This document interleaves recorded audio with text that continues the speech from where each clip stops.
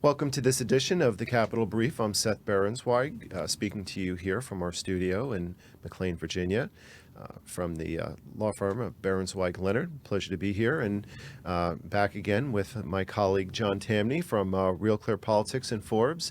How are you doing, John? I'm great. Good to be back. Great to see you again. We've Yes. got slightly warmer weather on the way. Of course, typical weather in Washington. It was warm. Now it's bone-chilling cold, and next week it's going to be in the 70s. So welcome back to D.C. weather. Let's keep it cold, please. I hate the summers here. Summer's around the corner. So we are here talking about the latest, and it's been an incredibly busy week here in Washington. And what we'd like to focus on today is the latest developments here from the nation's capital as it relates to President Biden, his handling of COVID and the economy, and obviously those two things are very closely intertwined. Taking a look back at the week that has now been, tell me what you think have been, some of the main takeaways in terms of the latest of things that have been developing here in Washington and what it means to the United States economy. Well, I think the big one is the $1.9 trillion, what they so-called stimulus. This is fascinating when you think about it. No matter who's in office, the government grows. Republicans are mad now, but they oversaw $2.9 trillion however many months ago. Sure. This is 1.9. Let's please keep in mind that President Clinton's last budget in 2000 that he signed was 1.8 trillion. And so were we so poorly off back then? Obviously not, which brings up the obvious. Governments can only spend insofar as economic growth already occurred. They are able to extract wealth from what is a large economy. So to pretend that this will actually expand is a monument to double counting. The U.S. is a massive economy, hence government can spend in the trillions. If it weren't massive, they couldn't. And so I think regardless of your ideology, to pretend that this is going to lead to a big economic outcome just is the triumph of hope over experience and logic. Well, but what about the stimulus thesis? You know, you're talking about trying to bring money not only into the various key components as it relates to manufacturing and delivering the vaccine and getting some money back into those municipalities and schools so that they can stay funded and get back up, but to spur some kind of stimulus to try to get us back from what has been, at least in the early part of the winter, a very dark winter. What is your response to the thesis that this is largely a bill that's aimed at stimulus that's going to help us be able to turn the lights back on in the American economy?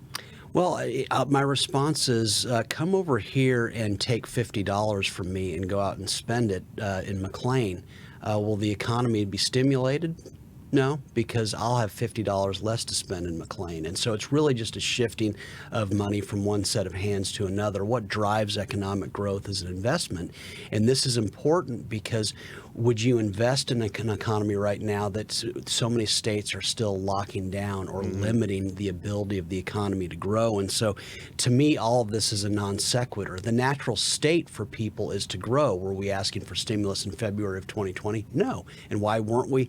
Because the economy wasn't locked down. And so the stimulus it presumes that it can get things moving again. No, ending limits on economic activity will get things moving again. It's interesting how you just described that, because you described it as a money flow from you to Capitol Hill insofar as the government is just about to go ahead and spend $1.9 trillion worth of our money, right? Mm-hmm. But if we had Senator Schumer in here, he would say that the money flow is going in the other direction. The whole point of the stimulus is to be able to recharge the economy and put that back so that 100 John Tamnys could go out for dinner next weekend and help to stimulate and create growth. You can go to restaurants, you can buy wine, you can buy more goods, and then thereby, aren't you creating and warming up economic stimulus? No, because to stimulate the depressed, you have to depress the stimulated. The money has to come from somewhere. Politicians act as though they grab it from here. No, they grab it from someone else. And this is what's important. It's got to come from somewhere, right? It's got to come from somewhere. The politicians talk about jobs all the time, and I suppose they should. How are jobs created? They are created by unspent wealth. They are created by rich people who because they've fulfilled all their unmet needs, because they've bought all their wine, gone to all their restaurants, they have what's left over and they invest it. And so what you're seeing is actually a deadening economic plan, because you're taking from those who are most capable of putting it to work. And if they don't spend it, by definition, it's going to be invested. So you're taking it from investment, which actually drives economic growth, creates new companies and jobs, and put it into the hands of people who will just spend it, which means there is no growth, really. The growth already occurred, hence the spending. Inherent underlying corporate growth versus short-term small level consumer spending, what's going to be more valuable to true economic growth, in other words, right? Absolutely. Yeah, very interesting. The other thing that you've pointed out, which is an interesting thing to reflect on, is that the government is coming in and committing $1.9 trillion to reawaken an economy that it ordered go to sleep in the first quarter of last year, right? Which is really one of the themes of your upcoming book, because whether or not it was out of panic or logic or a mixture of a lot of different kinds of motives, you're reawakening a beast that was ordered to go to sleep when people were told to shelter in their homes. Now, obviously, you have people that are trying to get out of their homes in 50 different states. Now, if you can have 50 different states, you can have 50 different answers. Talk to us about what's going on right now, for example, in what's happening in Texas as it relates to how the governor is handling that and how Washington is reacting to the governor. Well, it's something that you would know better than I, as you're a lawyer. But certainly Texas decided, Governor Abbott in Texas said, we are ending the lockdowns. We are ending mask mandates and all of that. It's been a year by now, right? Yeah, it's been a year. I say it was a huge mistake to impose them in the first place. And we're going to see why in the next week. Because many businesses in Texas will continue to say, if you want to eat in here, if you want to come in here, you will be required to wear a mask. Many businesses will say, we are going to limit the number of visitors. People don't need a law to avoid sickness. They also don't need a law to do what makes their customers comfortable. And so probably what makes people in Texas comfortable is different from what makes them comfortable in Massachusetts. Or New York City. Or New York City. Right. But the point is, all of this was superfluous, but what's also interesting about it is that states have always been making the choices. And this is relevant because President Trump, love him or hate him, was vilified, oh, he didn't have a plan. Well, we're seeing once again, and we saw it when he was president, 50 states had different. New York and California locked down heavily. Florida and Georgia locked down late and ended it very quickly. South Dakota never locked down. Everyone did something differently. Biden is realizing now what Trump realized, that that states will do what they want to do. And I say that's a good thing. Yeah, well, certainly there are different jurisdictions, there are different business needs, and what you're saying is let the businesses decide, let them have at least some measurable degree of control of how to let them stay alive. If a restaurant isn't doing something that's inherently safe, they'll either do the right thing or they'll have economic hardship, but at least it's going to be something of their own doing. It's not going to be slapped in their face by the state. There are going to be a number of different dynamics in hindsight at looking at President Trump and how he handled that, and I don't think that we want to. I'll elect to not take a deep dive in that right now because I want to focus on President Biden. I think that there are a number of things regarding getting past the coronavirus that could not be nationalized, and I agree with you that different states, even not only state to state, city to city, the solution may need to be different. I think that handling the rollout of the virus and whether that was mishandled is a different story. But let's talk about what I found to be one of the really amazing, true, feel-good stories of the last week, which is the Merck Johnson & Johnson cohort, where they're going to venture together to manufacture and mass distribute the J&J vaccine. These are companies that have historically been competitors. They're working together. I feel like this has been a really feel-good week. The market hasn't exactly demonstrated that. There's a lot of red tape out there, but from a COVID legislation and from a relief perspective, hasn't this been a feel-good week? I mean, you've got Merck and J&J. You've got roughly 10% of the United States population that's been vaccinated. The economy's opening up, albeit in different instances. You're going to have, maybe some would argue too much, but you have some funds that are coming in. People who have had rough times are going to get some checks. Did America have a good week, or do you think that the administration and Congress is not walking down the right path to put us on the right step as far as the economy this summer is concerned? Well, it may or may not surprise you. I view this as a big mugging of U.S. pharmaceuticals. A mugging of the pharmaceutical industry. Yeah, we don't like crony capitalism in general. We don't like when government says you do this and we'll pay you this. But in this case, oh wow, isn't it so great what they did? And we've got all these vaccines. Let's ask ourselves the question once again. It's possible that the New York Times is making it up, but they've routinely made the point that the vast majority of deaths related to the virus have been very, very old people with all sorts of other maladies. Right. Ask ourselves the question, if government, again, had done nothing, would all these pharmaceutical companies have put enormous resources toward a vaccine? Would Americans be getting the vaccine if states had gotten out of the way and said, hey, guys, do what you need to do to get around this? With no influence by the government. With no influence by the government, because to some degree, states want the vaccines because they're tired of being locked down. Sure. And businesses want the vaccines because they're tired of being locked down. If no one had done anything, would lots of people be getting this? When we know that for 88% of the people, it's so mild that they don't even bother going to the doctor to check and see what they have. And so I think this is a high-tech mugging of businesses, forcing the wrong outcome. And I want to ask the unseen question.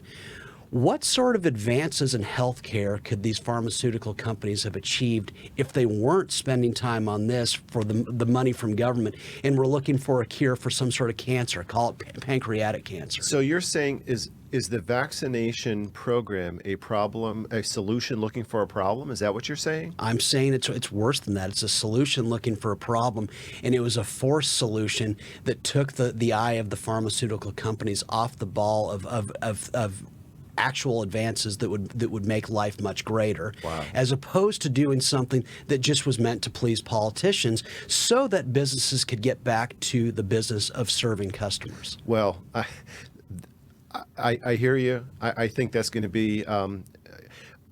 I think that opinion is both controversial but also very well shared. I think there are a lot of people who are skeptical about how the government has handled this, how resources have been directed, laying in and putting in a big push on the Defense Production Act versus what some would argue is a malady that has far below a 1% rate of very serious repercussions, and your argument is why not just allow the American healthcare system to just move on its own accord? But if we take that to its logical extension, and frankly, it's not even an extension, before the vaccines and the 1.9 trillion conversation was being had here in Washington, D.C., ERs throughout the country were slammed. People were running into the hospital, and granted, the fatality rate of this is not very high, thank goodness.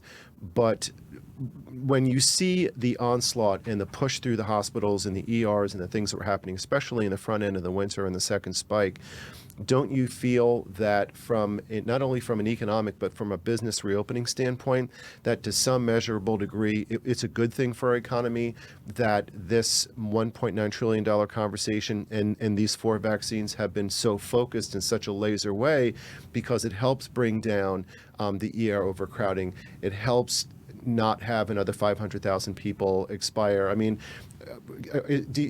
what aspect of that perspective do you blend into the bottom line? I just wonder, aren't ERs generally slammed in the first place? What if politicians hadn't panicked to such a high level? What if they hadn't made people think that this was a virus that if you got it, you were in very serious danger? How many people would have been going to the ER in the first place? What we can't get back around. And let me be clear. What if it had been? What if they'd predicted 10 million deaths? Well, the Neil Ferguson prediction was 2 or 3 million, or I think actually 1 million.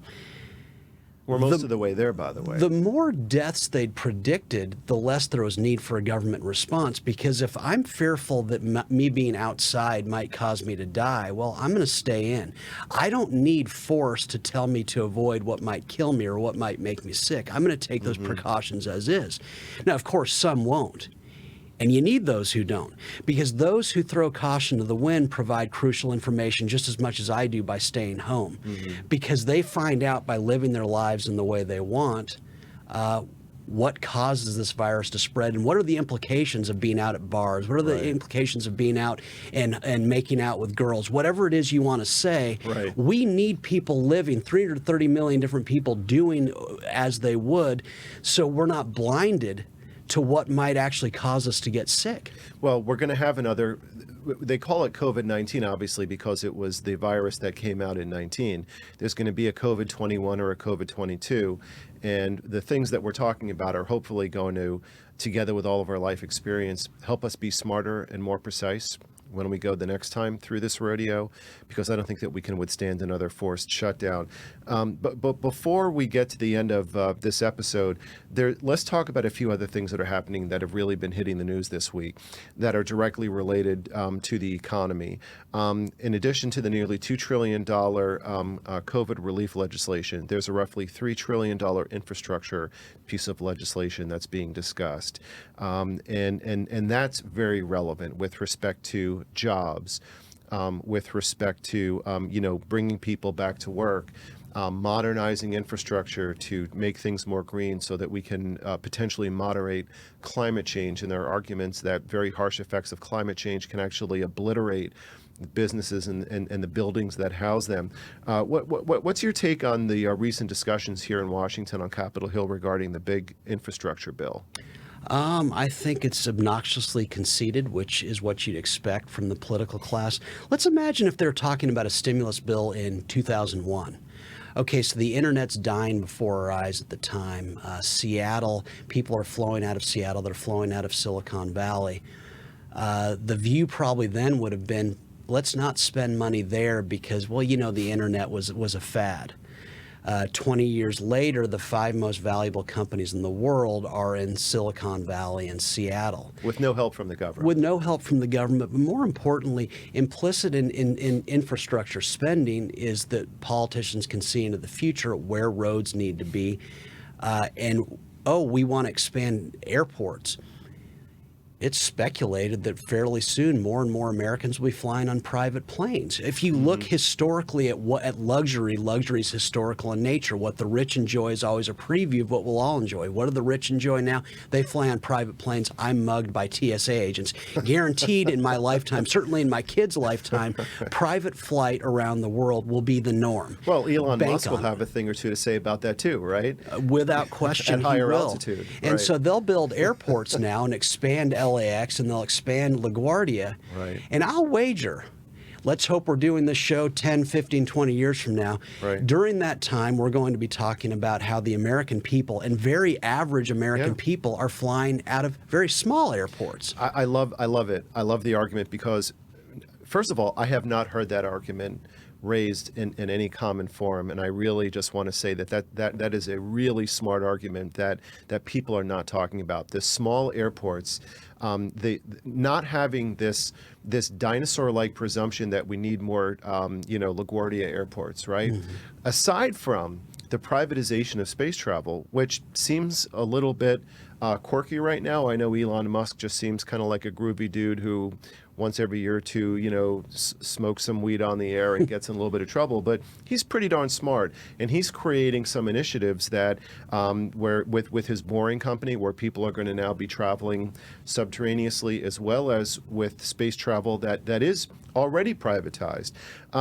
It's funny when you talk about the internet. Not only has the government stayed out of that, but the government has even blessed them with immunity, because under the what's the so-called Section 230 of the Communications Decency Act, the government in the early 90s, even before it was arguably even needed, said to the software platforms and giants, soon-to-be giants of the world, you can pull things out and push things out to the country as much as you want. We'll deem you to be a deliverer. We will not deem you to be a publisher.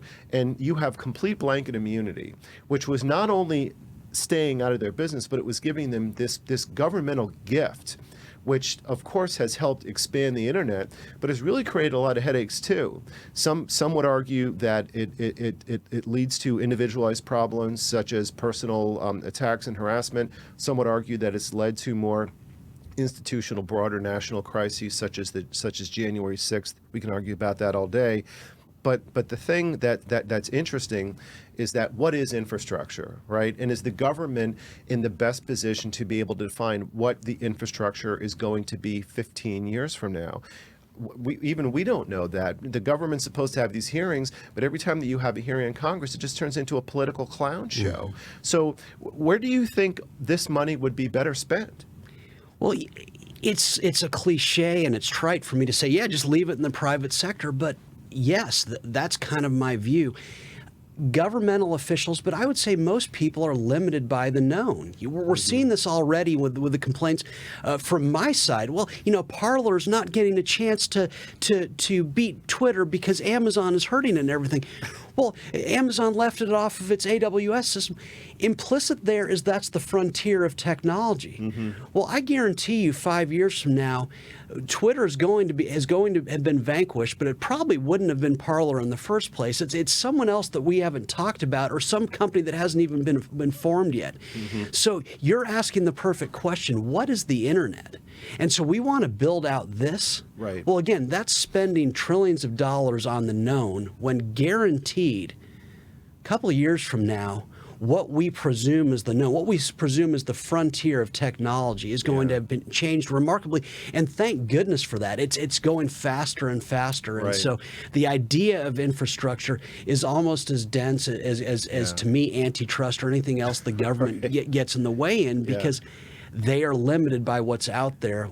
Whereas guys like Elon Musk are always pushing us to where we haven't been. And NASA is following your advice, essentially, and they're letting Elon take the lead and look at all these great things that are happening, including the test launch this week. When you talk about where the internet is going, that is a perfect thesis to support letting the marketplace do what it wants to do. Let's talk about the Internet of Things. Where are we going to be? The Internet of Things with appliances, with cars, with space travel. All of these things are happening, and people are taking sarcastic views sometimes at all of these SPACs and all of these space war things. I mean, a lot of these things are real. 5G is real. The race for the Internet of Things and the infrastructure for 5G is real. Of course, the 5G conversation brings in China, and we probably don't have to take another dive into China today. But I think that your point, which is interesting, is the government shouldn't tell us where to go. The government should facilitate where we go. So just wrapping this up, if the Biden administration is going to work with Congress, and if they're going to prompt the right approach, because we're still early this year, to be able to help American jobs grow and have the American economy get back to where we need it to be. If you could wave a wand or take to the podium and tell them what are the one or two top things that they need to do or change course on, what would you tell them? If you could give me two things, the first one would be just get rid of the capital gains tax, as in let's encourage as much movement around of wealth to its highest use as possible.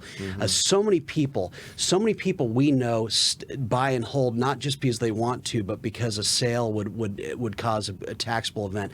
Let's get money moving around to interesting ideas, and let's have entrepreneurs. Let's not penalize them for doing it. The other thing, it's kind of obscure, but it's something I've been on for years. I think an unstable dollar since 1971 has been a huge barrier to progress, and it has been because investors, when they invest, what are they doing? They're buying future returns in dollars. Right. An uncertain dollar is a tax on intrepid investment. It causes people to put their wealth into inflation hedges to protect it rather than to take big risks with it. It also, there's the unseen. What would George Soros have done? What would have Paul Tudor Jones have done? What would have John Paulson have done had there not been the chaos of floating money money? What cancers would they have cured? What transportation advances would they have gotten us to, such that Elon Musk's ideas would already have been achieved? And so I think that if you led me two magic wands, I'd say President Biden recognized what Bill Clinton did, protected the dollars, the best thing Clinton did while president. President Clinton, also a Democrat, signed a capital gains cut, and I think this was great for economic growth. Well, if I could make 2 points, I would say, and briefly, one, I think that the president should have more communication. He hasn't really had many press conferences. Come to think of it, I don't know if he's really had one. I don't blame him terribly for that because he's been a little bit busy. He's inherited a pretty big job, but I think that there would be less polarization to at least a slight degree if there'd be better communication. And the other thing that I would encourage him to do is to be more conscientious and more purposeful in creating more of the Elon and NASA partnerships. Partner with corporate America, partner with these CEOs. They're brilliant people.